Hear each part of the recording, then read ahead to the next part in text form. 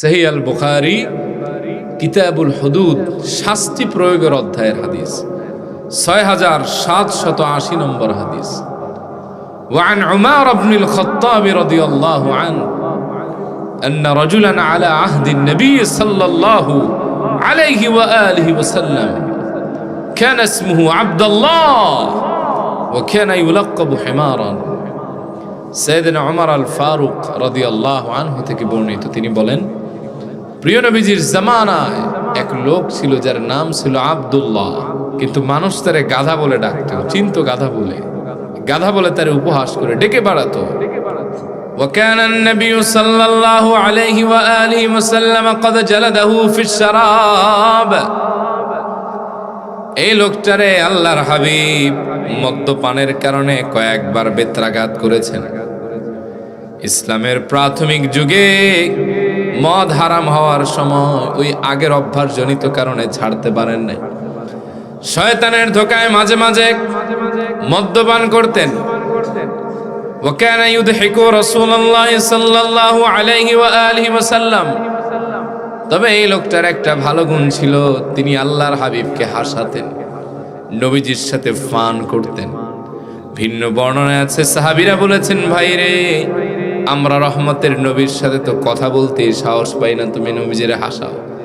বলে, সারাদিন তোমরা নবীজির কাছে এত দুঃখের কথা শোনাও, রহমতের নবী পেরেশান হয়ে যেতে পারে, এজন্য আমি একটু ফান করে মজা করে নবীজির আত্মতৃপ্তির ব্যবস্থা করে দেই। সুবহানাল্লাহ। এই লোকটা খুবই হাস্যোজ্জ্বল মানুষ ছিলেন, ফান করতেন নবীজির সাথে। কেমন লোক ছিলেন দেখেন, একবার মজা করে এক সাহাবীরে বিক্রি করে দিয়েছিলেন। মজার ছলে গেছে, বিক্রি হয়ে সাইয়েদনা উসমান রাদিয়াল্লাহু আনহু ডাবল টাকা দিয়ে পরে তারে কিনে আনছেন। এই সাহাবী কেমন সাহাবী ছিলেন, একবার গেছেন বাজারে, তো বাজারে গিয়ে তৎকালীন আরবের হালুয়া খেতে তার মন চেয়েছে। খেজুর, দুধ আর মধু, এই তিনটার মিশ্রণে হালুয়া বানানো হতো। এই লোকটার খুব লোভ লাগছে খেতে, কিন্তু পকেটে হাত দিয়া দেখে ডাইনও খালি, বামও খালি, সব খালি। চালাকি করে রহমতের নবীর নামে কিছু হালুয়া বাকি নিয়ে সোজা রহমতের নবীর দরবারে সুবহানাল্লাহ পড়েন, এসে বলতেছে, নবী, আজকে বাজারে গিয়েছিলাম, যাওয়ার পরে খালি আপনার কথা আমার মনে পড়ে যায়।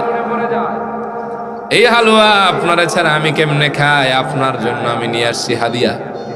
নবীজি বললেন, তুমি দিবা হাদিয়া? বলি, ইয়া রাসূলুল্লাহ, এটা আমার তরফ থেকে হাদিয়া। নবীজি নিজে নিলেন, ওই সাহাবীরাও দিলেন, অন্যান্য সাহাবীদেরও খাওয়ালেন। সবাই বললেন যে দারুণ টেস্ট। কয়েকদিন পরে পাগলা হাজির, এসে বলে, ও নবী, আপনার সাথে আমার একটা দেনা পাওনা বাকি আছে, কিছু টাকা পাই, দিবেন কবে? রহমতের নবী বললেন, তুমি আমার কাছে টাকা পাও, কিসের দেনা পাওনা? ওই দিন খাইলেন যে, এর ভিতরে ভুলে গেছেন? নবীজি বললেন, হালুয়াটা না ছিল হাদিয়া? হাদিয়ার আবার রিটার্ন হয় নাকি মিয়া? কয়েকবার শোনেন আসল কাহিনী। বাজারে গেলাম, আমার এই হালুয়া খাইতে মন চাইছে, আমারে তো আর বাকি দিবে না, পকেটে টাকা পয়সা ছিল না, আমি চালাকি করে আপনার নামে বাকি নিছি, কারণ আমি জানি আপনি ইনসাফের নবী, আপনি মানবতার নবী। পৃথিবীর কোথাও ইনসাফ না হলেও আপনার কাছে ইনসাফ আছে। আমি এই জন্য এনেছি যাতে আমারও খাওয়ার স্বাদ মেটে, আপনিও খান আর সাহাবীদেরকেও দেন। তিন পক্ষ খাইছে, এখন আপনি নবী, আপনি এই টাকাটা দিয়ে দেন। রহমতের নবী হেসে ফেললেন, এই লোকটা ছিল এমন। কিন্তু ওই যে একটা বদ অভ্যাস ছিল, وكان النبي صلى الله عليه وسلم قد جلده في الشراب। ইসলামের প্রাথমিক যুগে এই ঘটনা, যখন তিনি কালেমা পড়ে মুসলমান হলেন, ওই পূর্বের অভ্যাসজনিত কারণে মাঝে মাঝে মদ খেতেন। আর নবীজি বলতেন, তারে 80 বেত্রাঘাত লাগাও। ফাউতিয়া বিহি ইয়ামান ফামারা বিহি ফাজুলিদা। একদিন মদ্যপান অবস্থায় মাতাল হয়ে, নেশাগ্রস্ত হয়ে নবীজির দরবারে আসছেন। রহমতের নবী বললেন, তারে আবার পেটাও। কেন আবার মদ খাইলো? 80 বেত লাগাও। তারে যখন পেটানো হচ্ছিল, ফাকালা রাজুলুম মিনাল কওম আল্লাহুম্মা লা'আনহুমা আকসারা মা ইউতা বিহ। তার কওমের একজন লোক দাঁড়ায় গেল, বলল আল্লাহ তার উপর আপনি লানত ফেলেন, আল্লাহ আপনি তারে ধ্বংস করেন, তার উপর অভিসম্পদ দেন। এই ব্যক্তিরে কতবার পেটানো হলো, তাও তার হায়া হয় না, লজ্জা নাই, খালি মদ খায়। নবীজি দৌড়ে এসে বললেন লা তালানুহু, খবরদার তারে লানত দিও না। অফি রিওয়ায়া কুলু লা তাফাল আবাদা, তোমরা বলো ভাইরে মদ্যপান করো না, এটা খারাপ জিনিস। এবার নবীজি বললেন লা তালানুহু, খবরদার তারে লানত দিও না।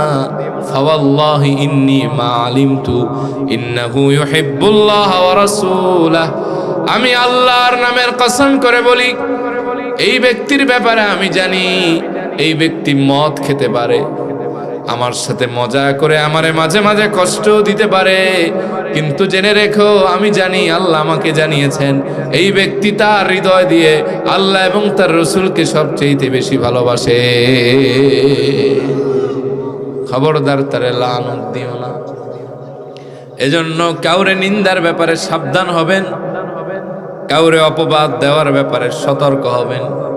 উপহাস যারে আপনি করলেন, ওই ব্যক্তি আপনার কাছে দামি না হলেও আকাশের রব জমিনের রব আল্লাহর কাছে দামি হয়ে যেতে পারে, ঠিক কিনা?